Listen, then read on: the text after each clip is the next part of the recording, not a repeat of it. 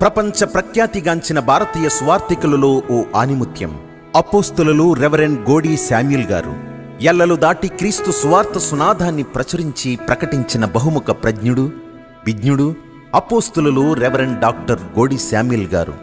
యేసు క్రీస్తు ఈయన ఎవరు? లోకానికి ఒకరు కావాలి, రక్షకుడు కావాలి. ప్రజలను రక్షించే దేవుడు. శత్రువుల నుండి కాదు, ఆకలి నుండి కాదు, పాపముల నుండి. యేసుక్రీస్తు పుట్టింది ఒక రాజ్యం కొరకు, ఒక మతం కొరకు, ఒక మీద పగ తీర్చుకోవడానికి ఆయన పుట్టలేదు. ప్రజల కొరకు పుట్టాడు. ఆయన జీవితమే ప్రజల కొరకు అంకితం అయిపోయింది. నా కొరకు దిగి వచ్చిన దేవుడు ఆయన.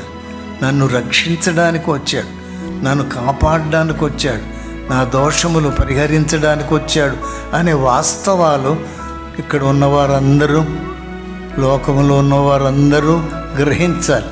క్రీస్తు నీవాడు, నీ కొరకైన వాడు కనుక నీ కొరకు వచ్చిన క్రీస్తును నీవు నమ్ముకోకపోతే, వాడుకోకపోతే, విశ్వసించకపోతే, ఆయన దగ్గరకు రాకపోతే, ఆయనను ఆశ్రయించకపోతే నీకు ఆ రక్షణ దక్కదు. వీరి జీవితం వలన ప్రభావితమైన వారు ఎంతోమంది.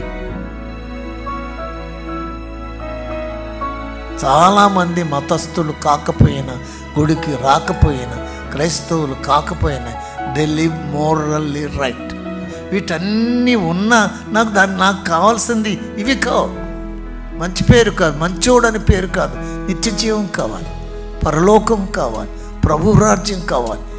అందుకు నన్నేం చేయమంటావు? వీరి రచనలు, ప్రసంగాలు లేఖనానుసారమైనవి, ఆత్మాభిషేకముతో నిండినవి. వాటిని వినుటకు, చదువుటకు ఇష్టపడేవారు ఎందరో.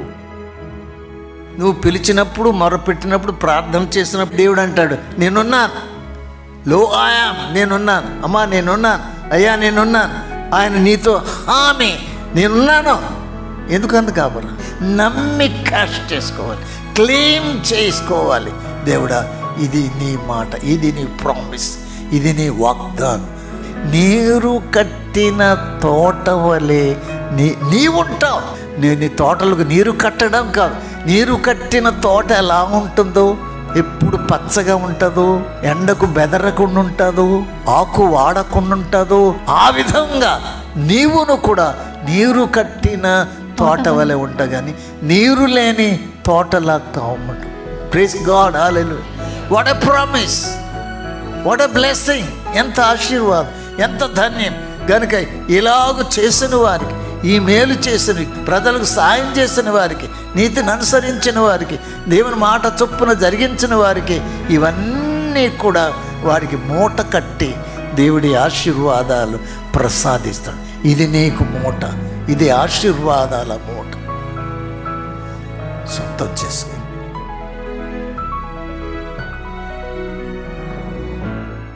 పౌలు గారు అన్నారు, నేను చనిపోతే నాకు లాభం, కానీ మీకోసం బతుకుతున్నాను, మీ కొరకు నేను బతకవలసి వచ్చింది అని. ఆ విధంగా కనుక నేను ఉండడం మీకోసం, దేవుని కోసం దేవుడు వాడుకుంటున్నాడు. ప్రతి దినం ఒక క్రొత్త దినము, ఒక సంవత్సరం, యుగం. కనుక దేవుడు అనుమతించినంతకాలం, మీ ప్రార్థన దేవుడు విన్నంతకాలం బ్రతికి దేవుని ఘనపరచాలని, దేవుని ప్రజలైన వారిని ఆయన రాకడ కొరకు సిద్ధపరచాలని ఆశ.